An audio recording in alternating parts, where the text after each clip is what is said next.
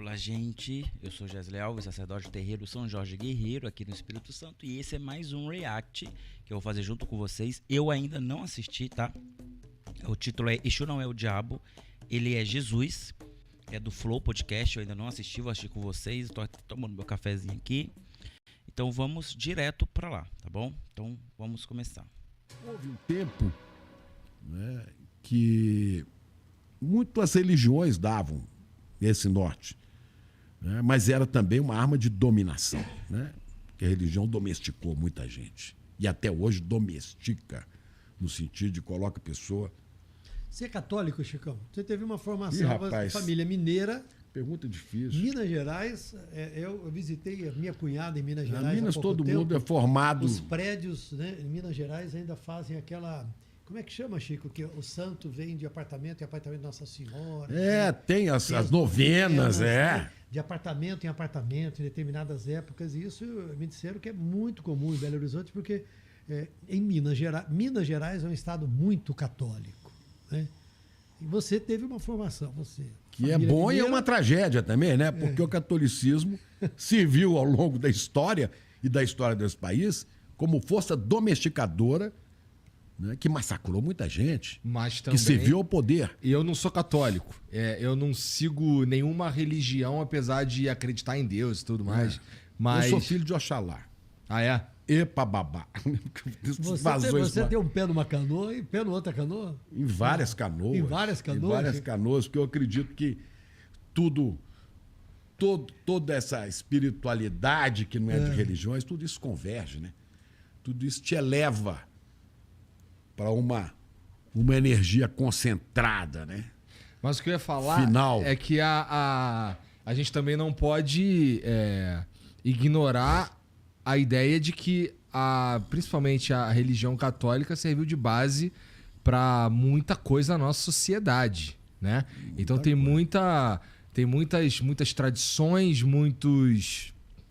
não sei, até mesmo a ideia do ser humano de bem e tal tem muito a ver com principalmente a religião católica, né? Então não tem coisa boa ali. Vou deixar o rapaz responder para ver se ele vai ter uma resposta coerente. Senão eu acrescento alguma coisa. Olha, agora eu não saberia dizer se foi Santo Tomás de Aquino, coisa assim, né? Eu precisaria consultar meus alfarrábios, meus amigos ligados à história lá de Minas Gerais, né? Que alguém definiu a Igreja Católica lá, né, no fim da Idade Média, como uma casta meretrix, a santa meretriz, a santa prostituta. Porque tanto tem na Igreja Católica de santidade como tem de prostituição, de venda. Até hoje em dia. E Martin Lutero sabia muito bem disso, por isso fez a Revolução Luterana. Por dinheiro, né? Mas isso não é comum a qualquer círculo, qualquer agremiação de seres humanos, não é isso? Sim. Mas quando a agremiação tem muito poder, e ela teve muito poder para ungir os reis. É, né? Verdade. E no caso do cristianismo, ele começou com religião de desprezados, de perseguidos, né? Do crucificado. Depois ela vira a religião do poder, e ela domina, e ela abençoa o sequestro dos negros, né? Então você tem as duas coisas. Você tem também, por exemplo, uma coisa fantástica, né, que é o santo do meu nome, Francisco de Assis, né? Um cara. Só um detalhe, a Igreja Católica ela tem tanta coisa ruim quanto boa.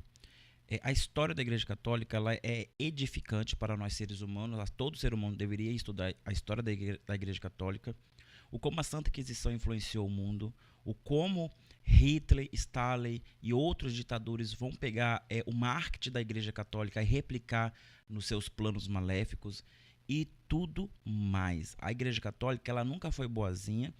Esses últimos séculos ela tenta ser cada vez mais social, mas mesmo assim bastante engessada. Nós temos um documentário Máfia Católica, alguma coisa assim no Discovery Channel.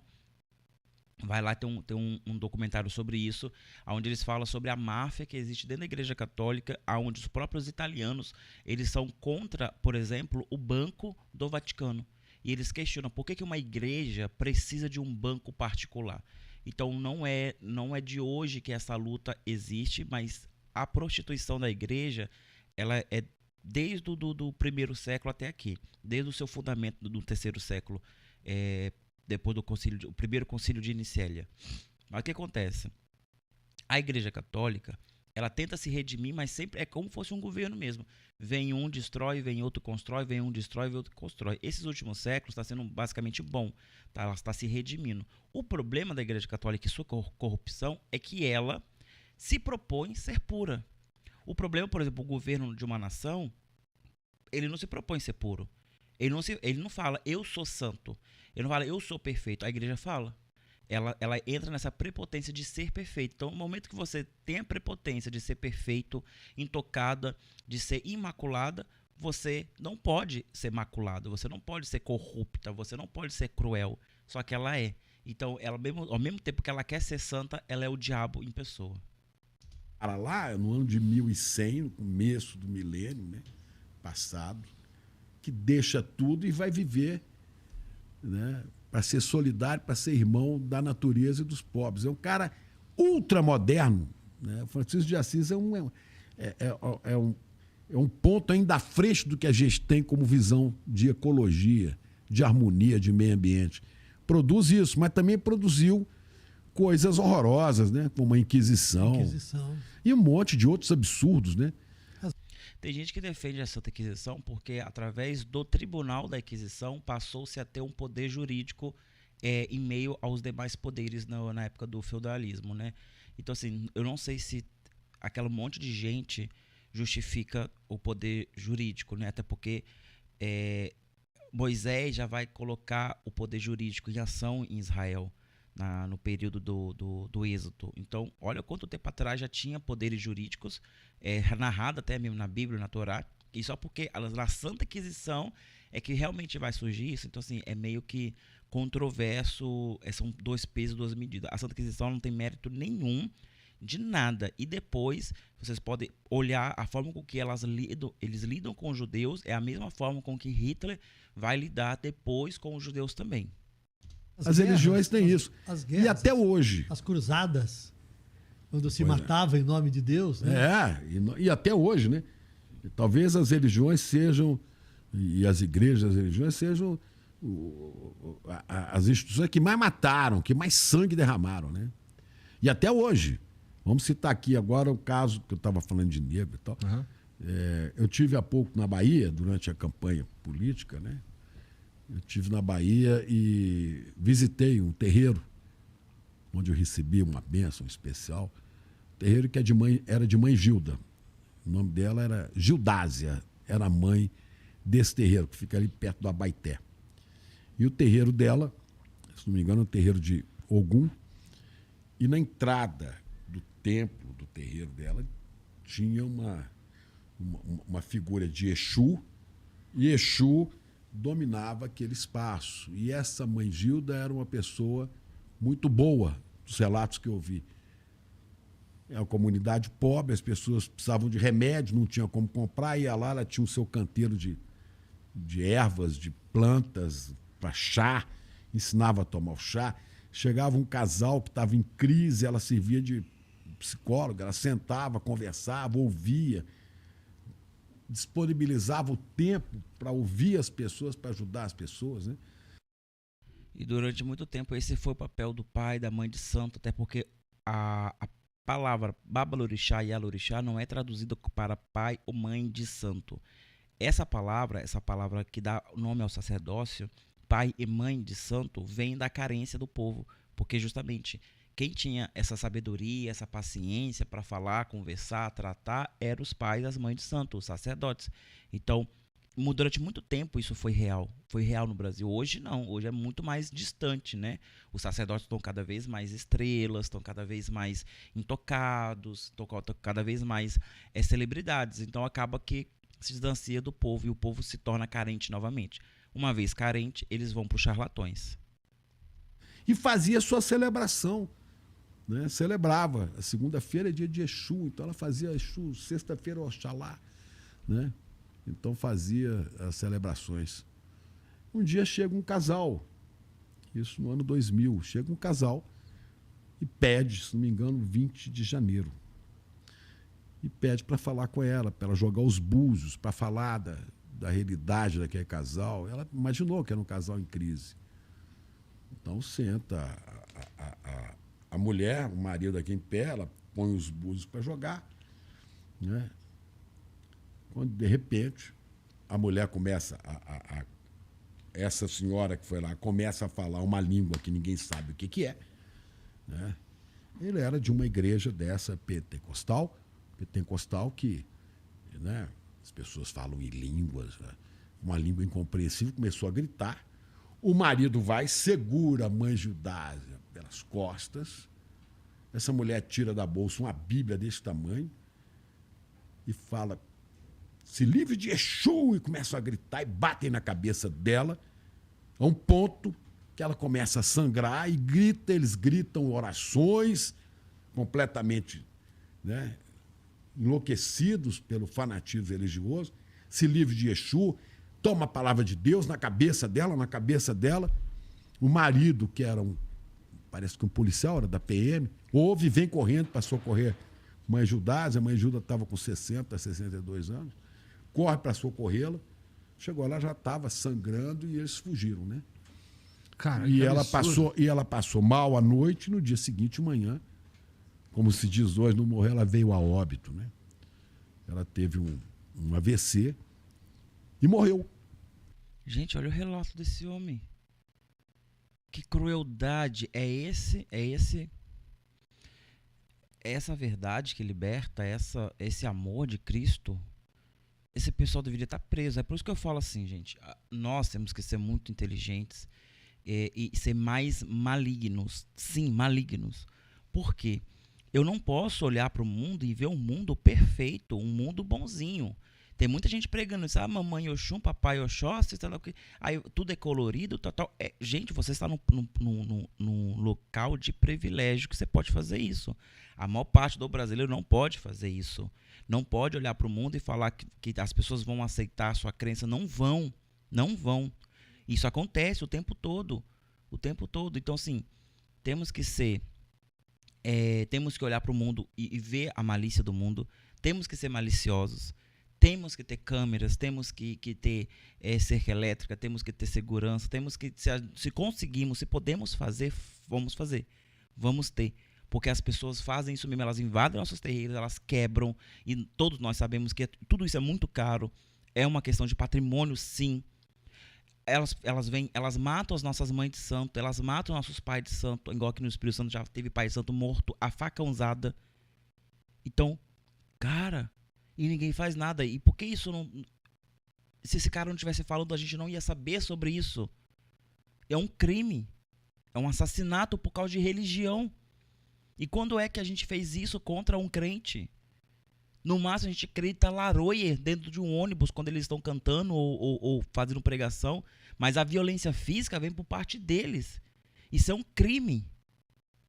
Caramba, nossa... Eu fico imaginando a cena dessa senhora, a cena dessa família. Caramba. Assim, eu não tenho sangue de barata. Eu não tenho. Se acontecer comigo, eu já puxo logo o facão de Ogum.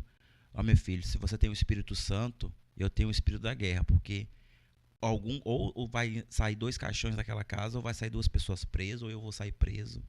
Não leva o desaforo para casa, não. E morreu. Morreu porque quiseram enfiar a Bíblia na cabeça dela. Porque tinha... Né? E esse dia, 20 de janeiro, confira se a data mas dia 20 de janeiro, em 2007, o então presidente Lula, visitando o terreiro que hoje é cuidado pela filha de mãe Gilda, que é a nova mãe de santo de lá, com quem eu estive, o presidente Lula transforma esse dia, 20 de janeiro, como Dia Nacional de Luta contra a Intolerância Religiosa. E hoje o terreiro é cercado de grades porque as pessoas têm medo. Tem medo.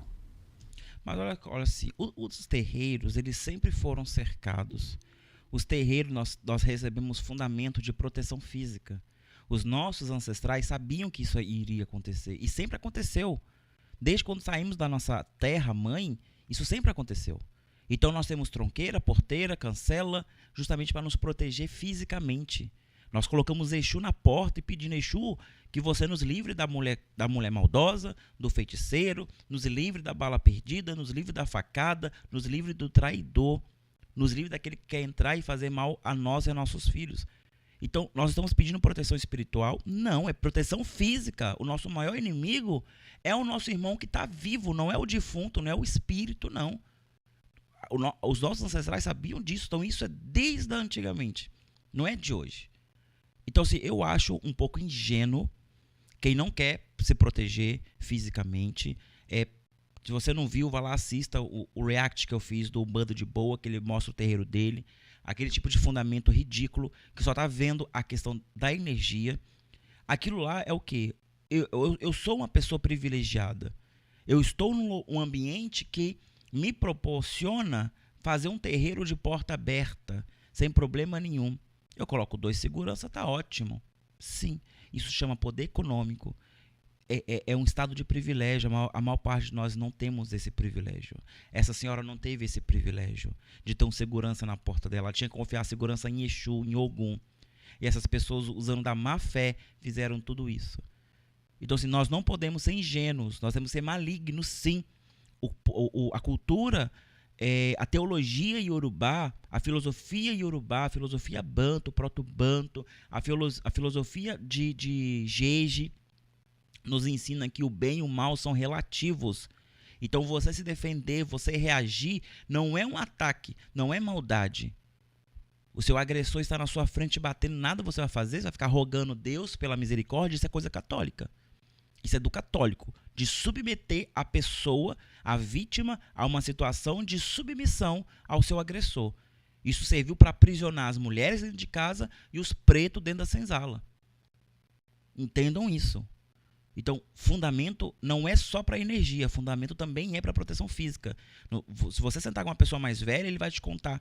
Por exemplo, no Rio de Janeiro, no Espírito Santo, era muito comum ter a parada da cavalaria, que é quando a cavalaria da polícia descia no terreiro para quebrar tudo, para pegar todo mundo e levar preso, só por estar tocando a macumba. O que era feito? Era feita fundamentos na rua para fechar a rua. Ou você acha que trancar ruas, ele surgiu como? A porteira, um guarda na porteira. Eu tenho um guarda, um Exu, uma entidade com faca, com tridente, com punhal, com facão, armado para nos defender. Olha, as pessoas caíam na porta. Quando eram mal intencionados, caíam na porta. Só acordava depois que a gira tinha acabado e todo mundo já tinha ido embora. Isso são contos que os velhos contam. Então, por que esse feitiço sumiu? Porque nós ficamos frouxos. Nós trocamos os fundamentos tradicionais por barra de ferro de cobre. Nós trocamos os nossos guias, guardiões, mentores, protetores, Exu, Pombogira. Nós trocamos tudo isso por quartinha de louça, por fundamentos que foram tirados de algum orifício que não era tradicional. Então, assim, gente, desculpa, a história é triste, é revoltante. Eu fico muito amargurado com isso. Poderia ser minha mãe, poderia ser a sua mãe, morta por intolerância. E como ele não trouxe essa resolução, mas o que será que aconteceu com esse casal? Será que eles ainda estão soltos? Ou será que eles viraram deputados? Viraram os governadores de algum estado por aí? Né? De quê? Dos cristãos. Isso é que coisa absurda. Eu estou absolutamente convencido, por tudo que eu já vi na minha formação mineira e na minha formação familiar, que se Jesus de Nazaré tivesse vivido num lugar aí do interior do Brasil, talvez fosse mais fácil você encontrá-lo num terreiro de umbanda, de candomblé, do que num templo católico evangélico. Talvez fosse mais fácil. Que é onde as pessoas pobres, que é onde estão os pobres, os simples, os oprimidos, os perseguidos, que sempre foram os amigos, os prediletos, né, de Jesus. Sempre foram, sempre foi o povo simples. E era criticado por isso, né? Desafiado. Então, você veja qual é a violência. E eu chego à conclusão, eu disse isso, Tramontana, numa transmissão do Carnaval, acho que foi a última que eu fiz antes da pandemia, né? Uhum. Que havia uma homenagem de uma escola de samba a Exu, logo no começo. E Exu foi muito identificado. Exu é o mais controverso, né? Né? A tradição de perseguição religiosa trata Exu como diabo, né? A representação é um diabinho, não é? É um diabinho, né? E eu conversando com o Ailton Graça, que transmitiu o carnaval com a gente, né? E que é um iniciado no candomblé, Ailton me dizendo sobre Exu, eu falei, Ailton, e falei no ar, né? Aí vem Exu, que muitos na formação cristã aprenderam que é o diabo. Não, ele é Jesus. Se você fizer um sincretismo, ele é Jesus. Porque Exu é aquele que abre os caminhos. Exu é aquele que te dá o caminho para você ir ao céu dos orixás, que é o Orum. Para você chegar lá, você tem que ir pelo caminho aberto por Exu. Exu Ipade Orum. Exu é o guardião da porta do céu. Aí eu me lembrei de uma passagem bíblica que fala assim, eu sou o caminho, a verdade e a vida, né? Então Exu é o caminho. Então Exu representa, nesse sentido, Jesus Cristo. Agora, você falar isso na tela da Globo, na transmissão do carnaval, tinha gente que queria... Eu falei. E falei mais, lembrando das tradições mineiras, né? E Ailton vai e comenta isso, falou assim, olha que coisa. Eu falei, para a gente poder começar a tentar entender essa tradição de matriz africana dos orixás, Exu pode ser Jesus Cristo. E aí o Ailton fala assim, e Exu é aquele que, diante dos outros orixás, das divindades, te defende, é o seu advogado. Aí eu me lembrei de uma oração lá da infância, né? Chamava Salve Rainha, que a gente aprendia nas escolas. Salve Rainha, Mãe de misericórdia, vida, doçura e esperança, nossa salva. Né? E aí fala assim, eia, pois, advogada nossa, os vossos olhos misericordiosos a nós vão ver. Ela é a nossa advogada no juízo final. Então eu falei, então Exu, peraí. Então Exu também é Nossa Senhora. Exu... Porra, tu não ficou feliz com a primeira, claro, né? Pois se ele é amor... Abriu a porteira. Escuta aqui, mas se Exu é que me defende e que tenta me defender dos meus erros, né, no juízo dos orixás, ele faz o papel que Nossa Senhora, Salve Rainha, faz para os cristãos. Né? Então, quando você vai vendo isso, você vai descobrindo, né, não as igrejas, tá? Mas as religiões, na sua essência, elas convergem para duas coisas. Primeiro, para o que é essencialmente humano, e depois para aquilo que é a minha crença mais profunda, que é da transcendência. Que a morte não é o fim. A morte não dá a palavra final. Nem sobre a minha vida, nem sobre a sua, nem sobre a vida em comum. A morte não vence. Não vence. E no cristianismo você aprende que Jesus venceu a morte. Eu queria ter essa convicção. Não, mas não é convicção, não. Isso é tateando, velho. Isso é tateando. O Jesus, ele vence a morte e Exu nunca conheceu a morte e nunca conhecerá. Existem itãs que falam que Exu, ele é a primeira criação. Exu, ele tudo que existe nesse mundo é derivado de Exu, até porque a gente até consegue colocar Exu como o próprio átomo, porque Exu é a esfera de luz, de fogo, de energia pulsante. Então Exu é a figura do átomo, e como ele se divide, ele se agrega para poder criar novas configurações de Exu, ele também consegue configurar-se para se tornar todas as coisas. Como tudo é matéria, tudo é formado por átomos, moléculas atômicas, então tudo é Exu. Então Exu, ele sempre será. Ele existiu e sempre será. Acima de Exu, aqui nessa dimensão, só há Olodumare. Só Olodumare. Todas as outras divindades que vêm do Orum, que é outra dimensão, vêm para cá e tem que prestar homenagem a quem está aqui, que é Exu. Quem nasce aqui tem que prestar homenagem a Exu. Se um orixá reencarna, ele presta homenagem a Exu, porque ele está usando Ará. O que é Ará? Corpo. O corpo é feito de quê? Moléculas atômicas. Então é feito de quê? Exu. Quem é o dono do corpo? Exu Ba-Ará, o rei do corpo. Oba-Ará, o rei do corpo. Então todos nós devemos aluguel a Exu. Então o Exu ele foi o primeiro a ser criado e vai ser o último a ir embora. É ele quem apaga a luz e fecha a porta. Quando tudo isso acabar, Exu vai ser o último a ir embora, apagando a luz e fechando. Então, o contexto de Exu é muito incrível. Eu sou um ferrenho cultuador de Exu, amo essa divindade, eu mataria por essa divindade, eu defenderia qualquer pessoa por essa divindade. Eu sou extremamente devoto a Exu. Não fale mal de Exu perto de mim. Exu Orixá, Exu Catiço, não importa. A figura de Exu eu gosto muito. Respeito muito, como respeito todas as outras crenças e gosto muito quando respeitam a figura de Exu. O diabo é cristão. O Satanás é hebraico. O daimon, o demônio, é grego. Cada um que se vire com o seu, pois nós nos damos muito bem com Exu. Nós adoramos Exu, dançamos, nos festejamos com Exu. Exu abre nossos caminhos, nós vamos lá e colocamos banquete para Exu. Exu divide a comida dele com a gente, divide o dinheiro dele com a gente, divide a sorte dele com a gente, divide a proteção dele com a gente, divide o axé dele com a gente, a persuasão dele com a gente, a sorte dele conosco. Exu é grandioso e é generoso. Nós não precisamos colocar o pé no chão, o joelho no chão e nos humilhar para Exu. Exu é generoso de acordo com o nosso caráter. Então, a subserviência de um servo cristão ao seu Deus cristão é mais escravagista, é um Deus escravagista na visão do que Exu, que é posto como diabo. Que quem é que faz você de escravo? É o diabo, né? Pois é, Exu não me faz diabo.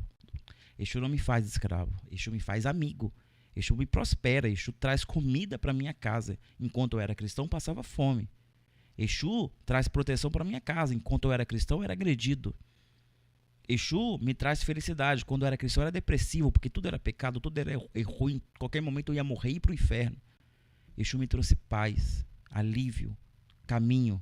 Enquanto Jesus e seu fã-clube só me trouxe doença, praga, peste, depressão, vontade de se matar e tudo isso. Então, assim, não são dois pesos, duas medidas.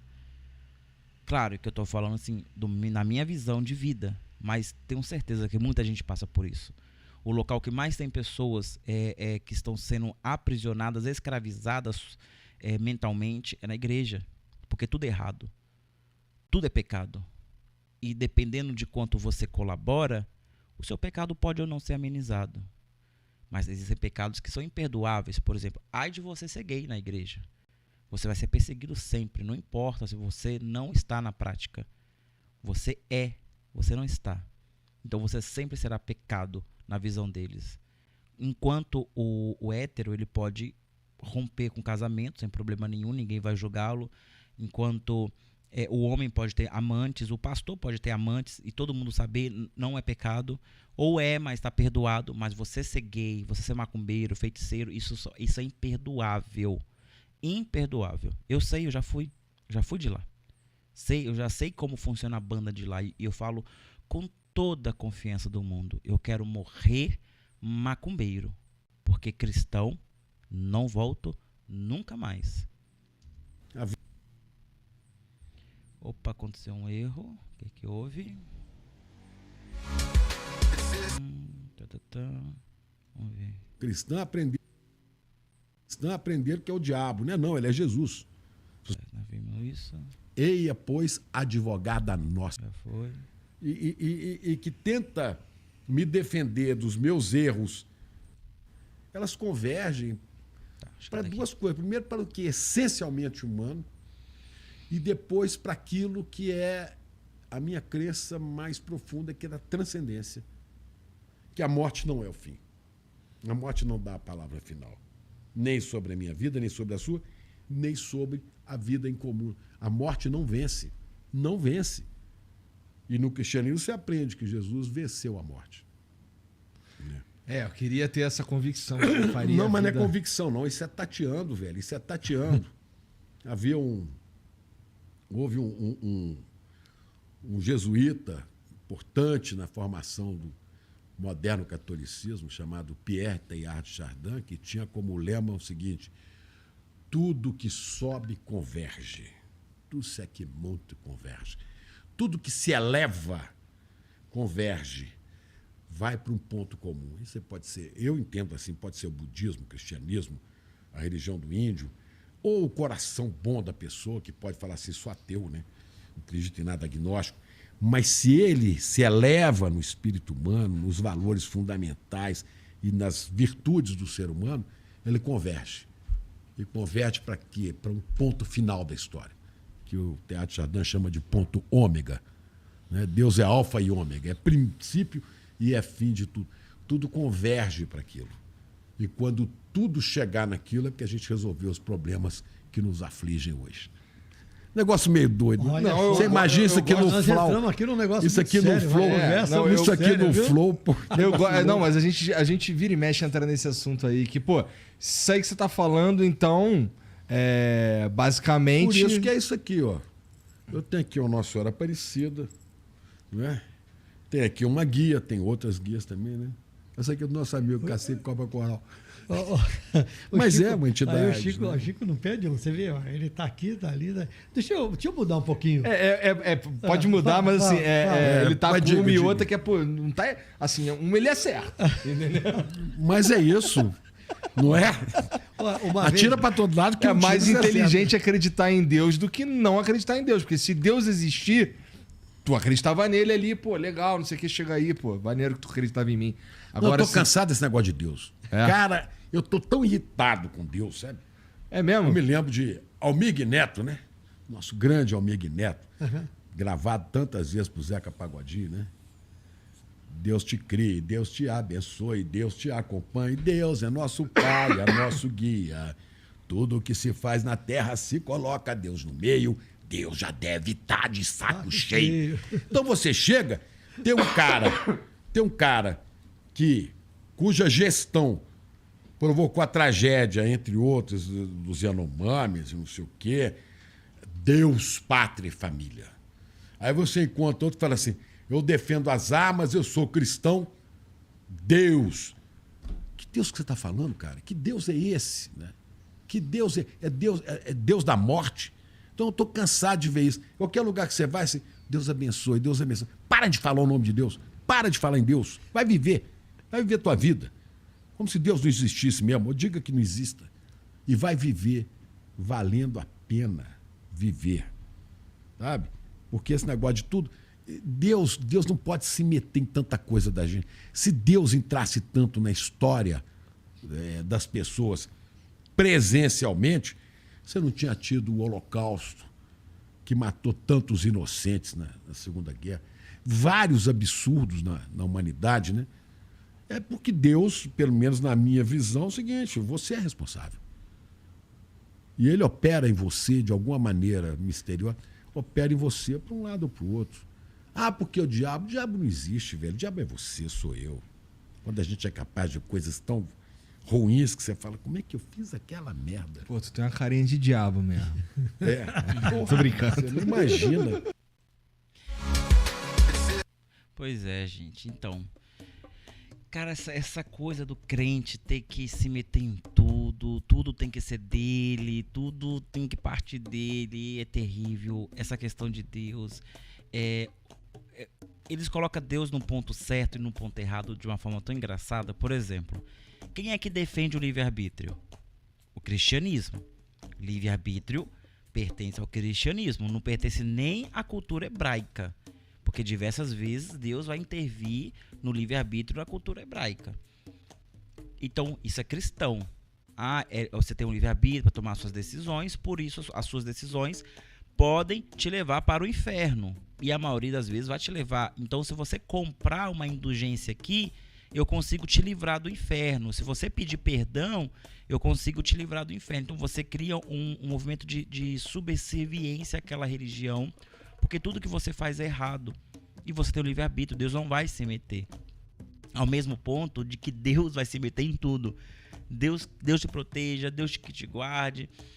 Se aconteceu porque Deus quis assim. Não é porque Deus quis assim. Você tem o livre-arbítrio, foi consequência do que você fez. Deus já te deu um mundo para viver, uma sociedade para viver, já te deu dons para você usufruir, te deu a vida, um corpo. E aí você ainda quer que ele te controle como se fosse um personagem de videogame, e quando você acontecer alguma coisa errada, a culpa é de Deus. Então eu não tenho livre-arbítrio. Então ou tenho ou não tenho. E se tenho, por que só tenho 2 opções, sendo que o mundo é tão plural? Isso é uma visão maniqueísta, católica, de que tudo é bem, tudo é mal. Ou você está do lado do bem, que está a igreja, está Cristo, ou está do lado do mal, que está o diabo e está o mundo. Só tem essas 2 opções. Então, isso é jogado lá pros protestantes na Revolução Lutera, a Revolução Luterana. Quando Martim Lutero ele faz a Revolução, ele não quer se desvincular da Igreja Católica, tanto que ele se arrepende da Revolução. Ele não quer se desvincular, ele quer reformar a Igreja Católica para tirar os santos de adoração, para tirar a prostituição que existia no clero, existia no Vaticano, acabar com isso. Então ele acabou criando um demônio chamado protestantismo.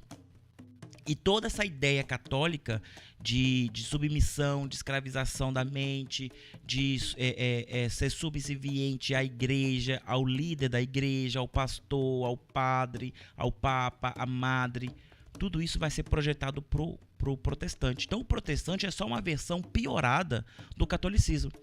Só que não tem um santo católico, não tem as missas, e é tudo conforme eles querem fazer. Tanto que o protestantismo vai surgir com força nos Estados Unidos, depois da Guerra Civil, vai explodir ali, vai dar origem a muitas escolas evangélicas, né? A Igreja Batista, a Assembleia de Deus, os sétimos últimos dias, sei lá o que. Esse povo todo surge lá nos Estados Unidos, onde tem a liberdade de crença, a liberdade de expressão mais livre, né?